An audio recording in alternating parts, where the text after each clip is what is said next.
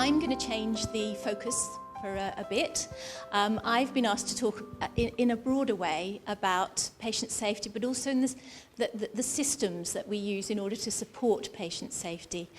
And the motivation behind that is partly because, as most people who work here will remember, we rolled out a big new IT system, so a big new electronic patient record with all sorts of other components built in, just in July this year.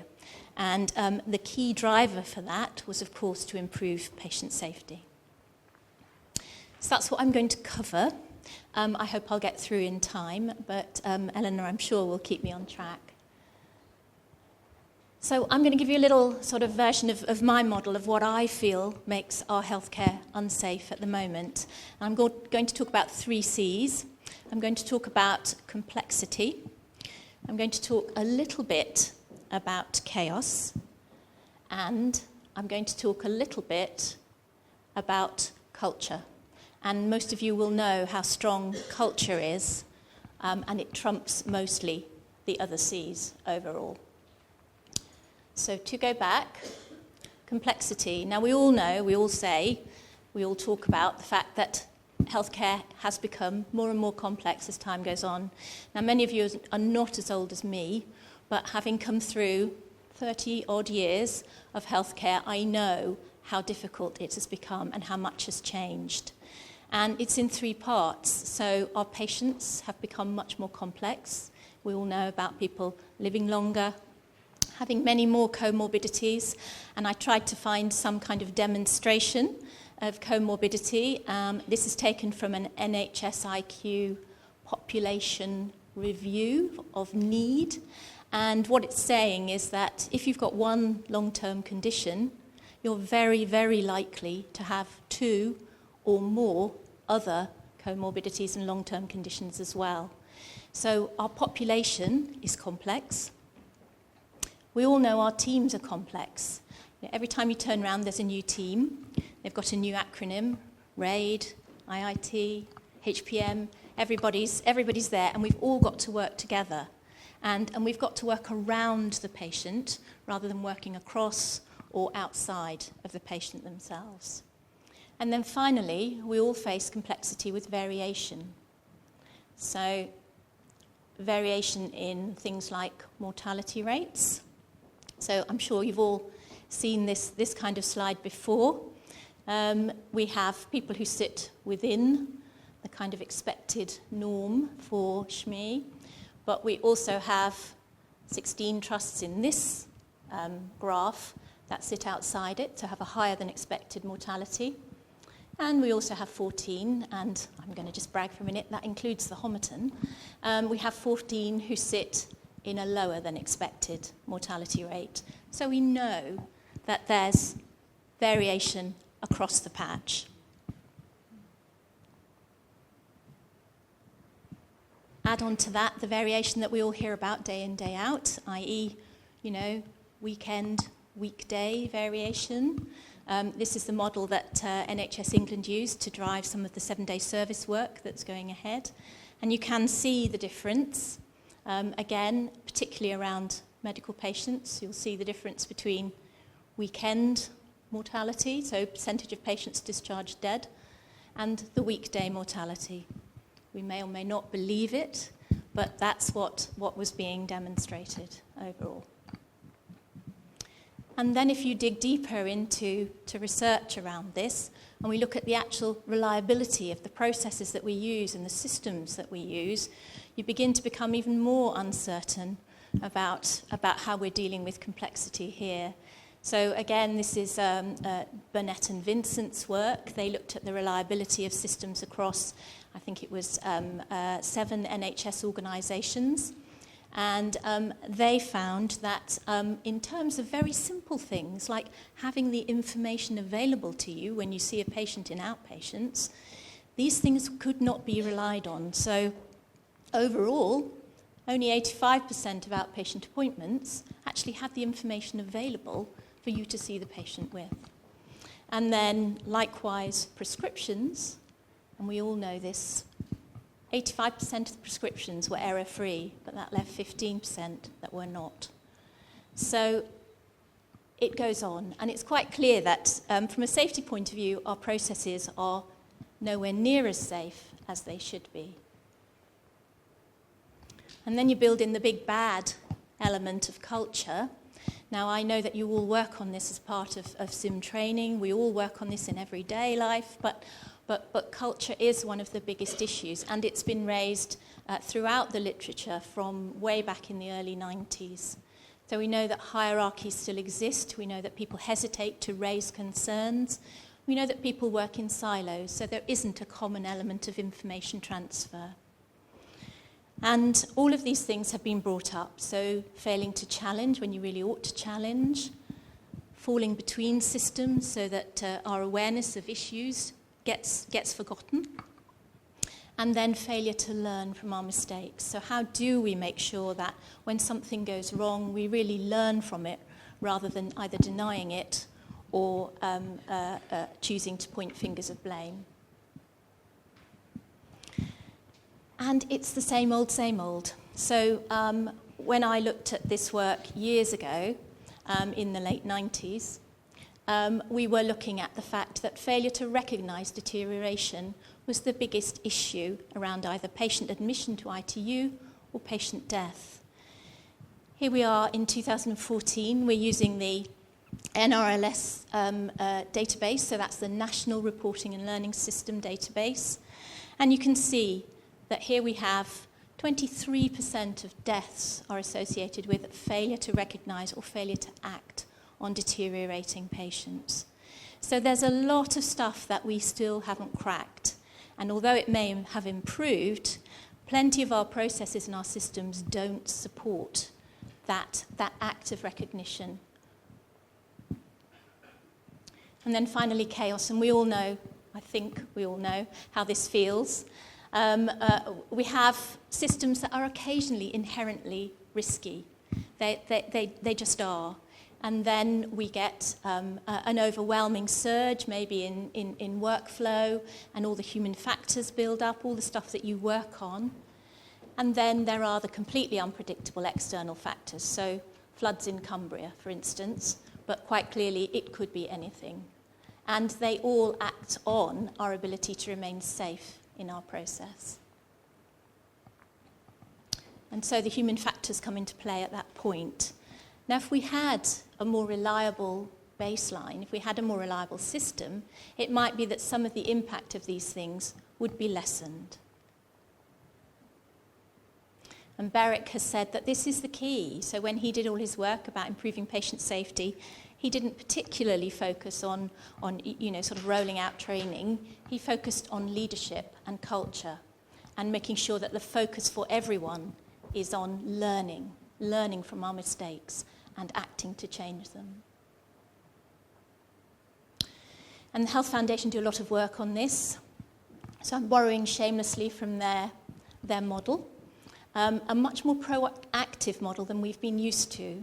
So there's something about understanding the reliability of our systems, of being prepared for when things are likely to go wrong, and of being sensitive to the external factors that will really impede our ability to remain safe.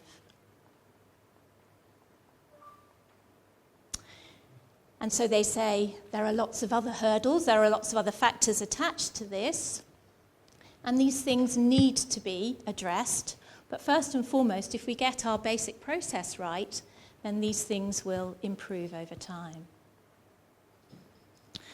So how are we addressing it here? So at Homerton, one of the things that we've made a conscious decision to move from is depending on the huge pile of paper that is your patient's medical record, to a system that will give us both medical records electronically, which, to be fair, we had previously, but we didn't have a common patient record. So the nurses were writing on paper, the docs were writing in the electronic record, and you can see almost immediately the risk associated with something like that. We've also added in electronic prescribing, electronic charting, and overall a common documentation record. So why would we do this? It's a huge investment. The trust itself invested almost 3 million in running this.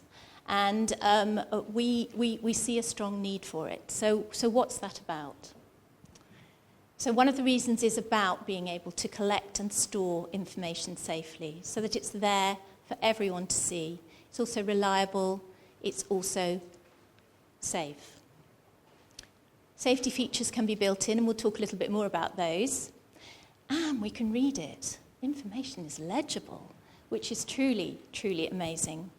And then probably another key safety point is that it can be shared across systems. So I don't know how many of you work with systems like this, but in our GPs have an EMIS electronic record. Our community nursing services and teams have a RIO electronic record, and we have the Cerner Millennium EPR here. So 3 different systems, but you need to be able to share your information across them all. So one common patient record. Here's the front sheet, the summary page that you would see for a common patient record. And what it means is that everyone can see the same thing, and everyone can access it at the same time. And I can be at one end of the hospital and still check up on what's happening. And that makes a big difference. And nurses' input, and physiotherapists' input, and everybody inputs into the record. Now, we haven't got it completely right. So there's no question that if you look at some of our patients' records right now, you'd think, well, where is the description of, I don't know, their nutrition care? Where is it? But for a lot of cases, we've got things in one place and we know exactly where to go when we need it. So a common patient record is key. And then there's the other element about flagging safety issues. So for us, one of the things that we weren't able to really recognise, flag, signal, was the use of an early warning score. So when we were doing it on paper, I don't know if any of you have ever done this, if you go and do a quick audit of the early warning scores. Now, they don't add up to much, but invariably, 3 different people adding up the same elements would come to a different score. So your patient could vary hugely depending on how, let's say, on the ball you were, or how many fingers you'd actually used at the time for counting and adding up your score. When you put it into an electronic system, hallelujah, it does it all for you. So you don't have to worry about, did I make it 4 or did I make it 6? Let me go back again. So that's one of the things we do, and it flags as well. So once you hit those escalation points, the flag comes up on the screen. Now, that isn't completely safe because you've got to look at the screen in order to get that flag in the first place. But lots of people are looking at the screen. And so it becomes safer because people become more aware. And what's very interesting is that I do a lot of serious incident reviews as part of our safety work. And more and more people are referring to these flags. So they talk about, well, the news score at 6 was 3, and then 2 hours later we looked and we'd worked on this, and the news score was 5, and so we called the doctor, and there's a lot of reference to these things which wouldn't have occurred a year ago easily. And then there are sepsis alerts. So again, we all know our sepsis alerts are very sensitive, so you can't open a patient's record without seeing some kind of sepsis alert associated with it, which is a bit of overkill, but it does mean that more and more people are aware that sepsis is a potential in all patients. So that's just to point you to the use and the sepsis alerts overall. We do have other information across the whiteboard, so resuscitation status, and of course the risk assessments. So pressure ulcer risks are all flagged like this. And again, it means that people, nurses, busy nurses, therapists, doctors, anyone who hasn't got much time has the information presented to them, and it's there. And it makes sense. Legibility. I can't believe how often I say that, but it really does make a difference. And a logical progression in the way the notes are done. And of course our electronic prescribing system, which I have to say carries a lot of built-in safety systems. So allergy alerts, you put in an allergy once, it's alerted for all through the system. If you overprescribe, the drug has a particular drug, it has safety features that will allow you to be made aware that you can't prescribe, 300 milligrams of diamorphine or whatever it was that you tried to prescribe. So there are lots of safety elements built into the system, which again, if you're busy, you need to rush things through. These things will catch some of the failings that might be the result of human factors or workload or whatever it is. And reminders. So some of the links from this work go to gold standard behaviours. So you can feel certain that even if you do see this 3 million times a day, you are still reminded that this is what you need to do as a result. And recording direct from the device. I don't, again, if you're doing a handwritten TPR chart, you will know how difficult it can be sometimes to interpret exactly what is written there. And the clarity around and the definition around what we actually see with an electronic chart is amazing. This is only part of the chart. Below this, there's also a table with things like respiratory rate and, of course, the use score again.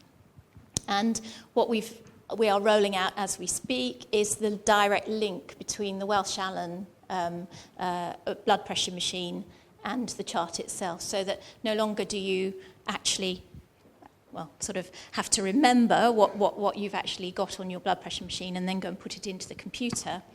It's directly acquired. And again, the risk of inputting the wrong elements is lessened considerably as a result. It has to be validated at the nurse or the healthcare assistant end, but it's still all good, accurate stuff. And just to show you the sort of impact that this has had, this is our most recent audit, and this is my thanks to our Improving Quality Fellow, Sheila Adams, who's been doing this work. So our use scores are becoming increasingly well completed, well documented, and more important than anything, so documentation is one thing, but reacted to. So you get somebody's actually made a response to having a use score that is high. And that has to be key.